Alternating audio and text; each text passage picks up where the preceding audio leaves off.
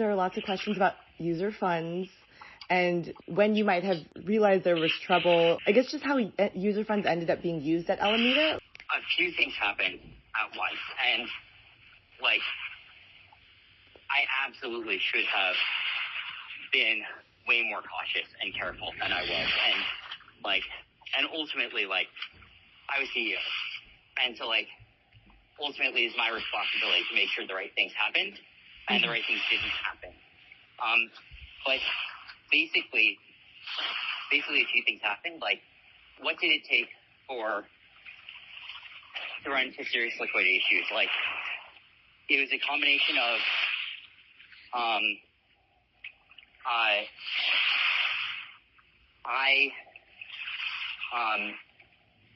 because of accounting quirks,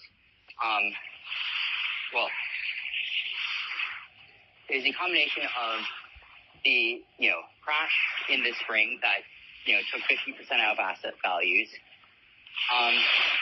combined with a hyper-correlated crash scenario this month, in which simultaneously we saw a 50% decline in relevant asset prices over a 2-day period, combined with a complete run on the bank on FTX, combined with the fact that there was a margin position on FTX that was substantially larger than it appeared to be. How large was it? Because of, I thought it was billions. It was in fact billions more. And the combination of all of those put together meant that what appeared to be a extremely well capitalized position on the exchange over the course of the last 6 months became effectively unable to meet its liquidity obligations, and then those were demanded at the same time. And so, what was it? It was a messy combination of things. A lot of things I should have caught, and a lot of things I should have been way more cautious about. And I both should have been way more careful in terms of viewing the risk of accounts, but also in terms of thinking about what a hypercorrelated crash scenario looks like. It's the oldest game in the book in finance. I should have been way more. I should have thought way more about what that risk looked like, and the sort of especially for correlated, less liquid assets, the extreme but plausible crash scenario was a lot larger than I had been thinking. Are you kind of describing the lead up right before Chapter 11? Because I'm just curious as to when user funds ended up at Alameda. How and when did that happen? Right. Well, there are a lot of margin positions on it. Yeah, it's a derivatives exchange, and that's sort of the norm, that there are open leverage futures margin positions. Alameda had a substantial one. It was in fact more substantial than I realized that it was. And then there was a extremely large hypercorrelated crash that tanked the value of its collateral and meant that it was effectively not possible to get nearly enough liquidity in a reasonable period of time for the assets that had. And so it was a risk management failure. It was a position that was larger than should have been, and in fact much larger than I thought it was, which then suffered a massive, massive hit and effectively blew out. I didn't realize the exact extent of the position until a few weeks ago. I was sort of, when we were frantically trying to figure out exactly how much liquidity there was, and obviously that's something I wish I had done much earlier. And at the same time, over the course of the year, I don't know exactly. I haven't been, I wasn't running Alameda. I wasn't monitoring this nearly as closely as I should have been. Its position had grown on FTX. Mm. Well, so, I mean, you can't be the only person that was, aware or in charge of all of this. Yeah.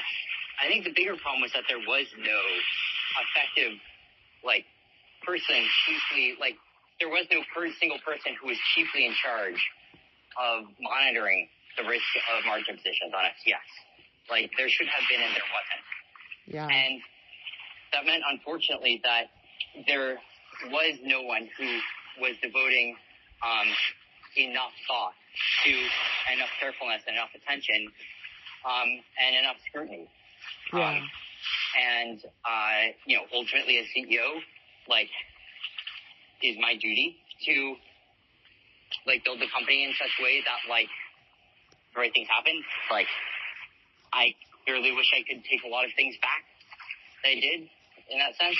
But, unfortunately, it's, a diffusion of responsibility as much as anything else. It was a failure to not have a specific person in charge of position and risk management, and, account management from a risk perspective and liquidity and things like that. And then at the same time, I think, we stretched ourselves too thin, and we're doing a lot of things as a company. And, I think we should have cut a few of them out and focused more on making sure that the fundamental, the most important things we were doing well at. I think that one of those is, we were trying to become as regulated and licensed as possible. That meant, separately getting licensed in dozens of jurisdictions. And that was an enormous effort. And, I think that we could probably have, been less, been more selective on that front and sort of spent less of our time on it. I think that the same could be said of, a few other things that we did. And I think that ultimately, we were, we stretched ourselves too thin. There seems to be an $8 billion hole. Is the $8 billion hole where there's just $8 billion of funds completely missing, or was that just based on some sort of poor investment decision? So it's what it really is. And I don't even know if $8 billion is correct. Is that correct? Right. To my knowledge, as of when I last calculated this, there was a significant liquidity hole, which is, say, not enough ability to not enough dollars to fill with all, projected withdrawal requests. And that's because there are margin positions still open, substantial ones. And, there are funds collateralizing those. And so it's not. Oh, hello? Not a pure hole. Oh, wait, sorry. You cut out for a second. The last thing I heard you say was there are funds collateralizing those, and then you cut out. Collateralizing, those positions. And so it's not like there are no assets. Mm-hmm. There's big margin spread on. And, the dollars are being called, we're likely to be called in by customers trying to withdraw. And the collateral was not liquid enough certainly not liquid enough to be sold on a reasonable timescale for as many dollars as we're going to be called in. And, it ultimately, I don't, there's it's a definitional issue. So in theory, it's fully back. In theory, it's assets are greater than liabilities. Mm-hmm. Well, that is in theory true. The assets are not that liquid and could not actually be sold off for their, supposed notional value of dollars. And so, at least certainly not on a short time scale. in terms of ever, like, I don't know, it depends on what happens. Like, a lot of these are worth half what they were 3 weeks ago. And so it's a little hard to project going forward what the, like, you know, right value is to use for them. But as of, like, post-crash, like, post shit show marks, you know, assets were about equal to liabilities in, like, mark-to-market value, but way less liquid.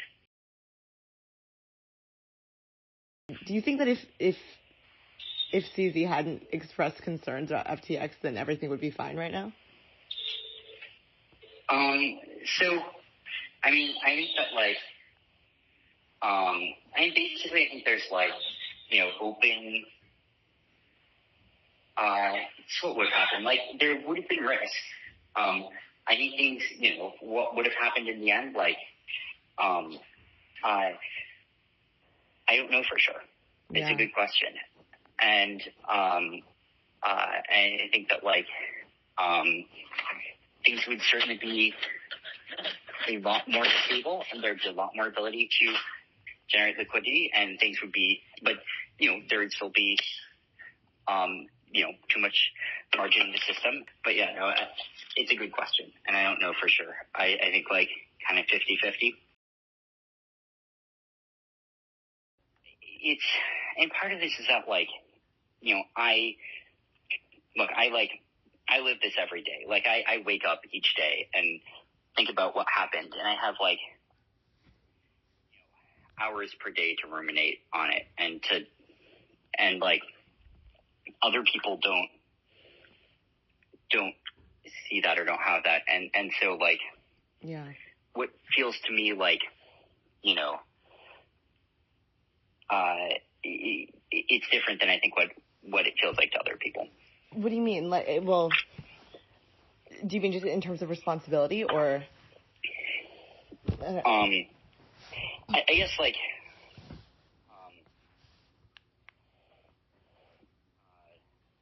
honestly, right now, I'm mostly focusing on what I can do, and, like, where it can be helpful, and, like, you know, there will be a time and a place for ruminating on my future, but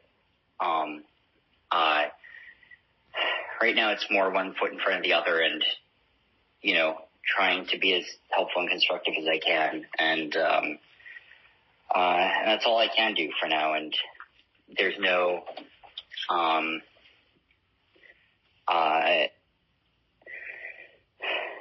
I don't know what the future will hold for me. It's pretty unclear, and it certainly isn't the future I once thought it was.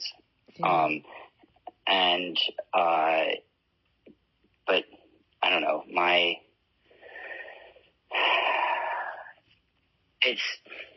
future is not the thing it's also not the thing that matters here. Like, what matters is the world's future, and, like, I'm much more worried about the damage that I did to that than what I did to my, you know, than whatever happens to me personally. Is that, like, your media response, or is that really how you feel? No, it's actually how I feel. Yeah. Like, I don't know. I just, like, I made a decision a while ago that, like, I was gonna, you know, I was gonna spend my life trying to do what I could for the world, and like, obviously this hasn't turned out how I hoped, and it's obviously true in terms of my life, but more importantly, like, it's just, like, I don't know, true in terms of what my actual goals were, and, like, I feel really, really bad for, like, the people who trusted me and believed in me, and then, you know, we're trying to do great things for the world and tied it to me in some way, and then that got, you know, undermined because I fucked up. And, like, that's, like, I don't know, that's the shittiest part of it. If it were just myself that it hurt, like, then whatever. But But it wasn't. That's part of the problem is right now, any apology from me would ring hollow. I guess. And, like, it's no one, I mean, I'm not sure about that, but, like, that's certainly so far they have. Yeah, but it doesn't, no one gives a shit right now. Like, it just doesn't, it's not what anyone's looking for. I'm, like, I don't know, really grateful for the people who are still sticking with me through it, and even for the people who aren't, but for at least doing what they think is right here and fighting for that, like, and they've been through hell, and it's not their fault, and, like, I feel like shit about that, and so, I don't know, shit's complicated, and at the end of the day, like, it's, so at the end of the day, like, it's, there's a limit to how bad I can feel for myself. Yeah. Given that, like, it's my own damn fault to some extent. And so, like, it's not, but yeah, whatever, it is what it is. And, all I can do is, take it as it is and try and move it in a constructive direction, at least a little bit. I have posted other portions of our phone calls, but I will always keep private the portions that were told to me in confidence off the record. So I will leave you with that, and I hope to talk to you very soon. I will leave my contact information in the description box down below. Bye.